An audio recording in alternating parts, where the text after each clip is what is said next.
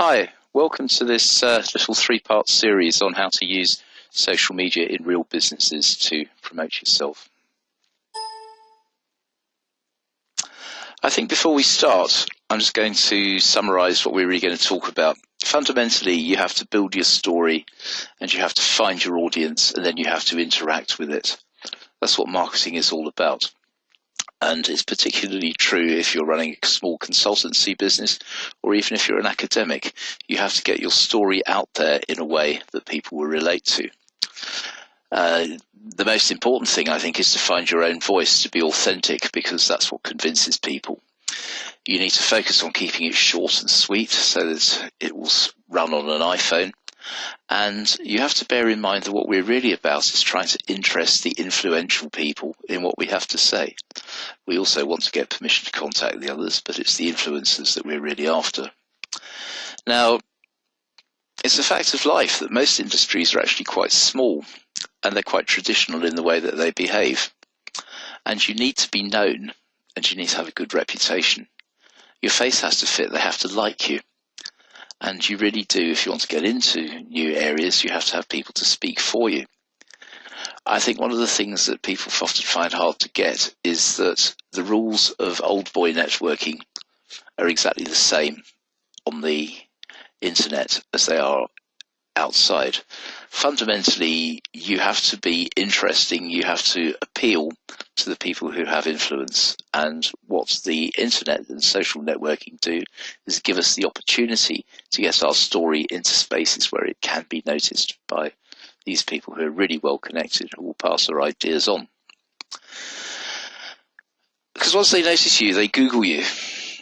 And the thing is, what we're trying to do is to make sure that there's a good set of stuff there to be found. Stories about you, PR, profiles on social media. It could be bits of collateral like 10 things you need to know about your particular field. It could be white papers to demonstrate the thought leadership.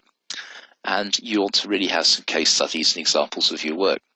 Testimonials from other people, because people in this new world believe their peers more than they believe the experts, and certainly more than they believe whoever it is that's promoting themselves. So you have to get your story in a place where it can be found. Now, one of the things that's interesting is about the way the web has developed is in the old days, 5 or 6 years ago, if we could call it that, a static web page would be your web home. But now it's much more fluid. There's a real trend to mobility. There's a trend away from static information to streams of information. So you have to think, what is your web home that you want to drive people's attention to? Is it a Facebook or a LinkedIn profile?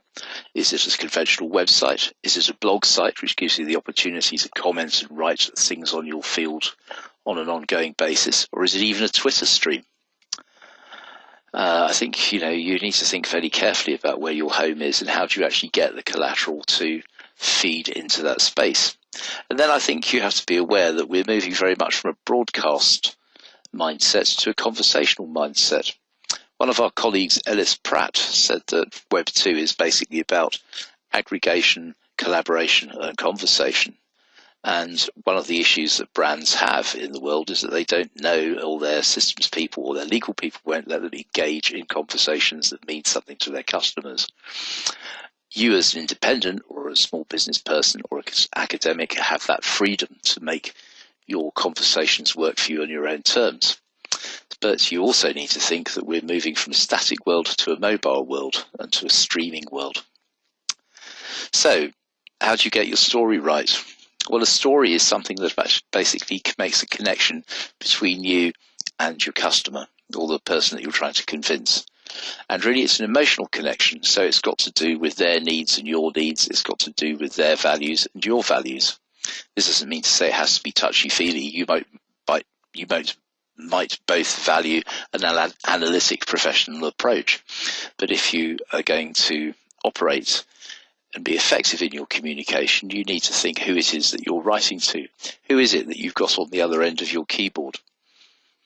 Are they the kind of people who want to feel warm and hugged? Or are they the kind of people who want a logical, concise, analytic argument? I mean, it's a truism in sales that you don't try and use charm on an accountant. And in a sense, you have to get your story to cover your expertise, your ability to deliver, and how easy you are to work with. These are the things that people are interested in. And I think the other thing is you have to understand is that the internet runs on words. You have to know which words it is that you want to own in the customer's mind. This is conventional branding, but you also have to own it in Google's mind as well. People sometimes say to me, well, you know, that's not entirely true. The web is very graphical, very picture orientated, video orientated. Of course, all these things are true, but people find them not through the pixels, but through the alt tag, the description that's actually on the back of that piece of visual collateral. So we need to know how the keywords and tags operate, how we find them and use them, and how it all connects together. Lisa and I created a whole series of course materials called Punch Above Your Weight, which deals specifically with these issues.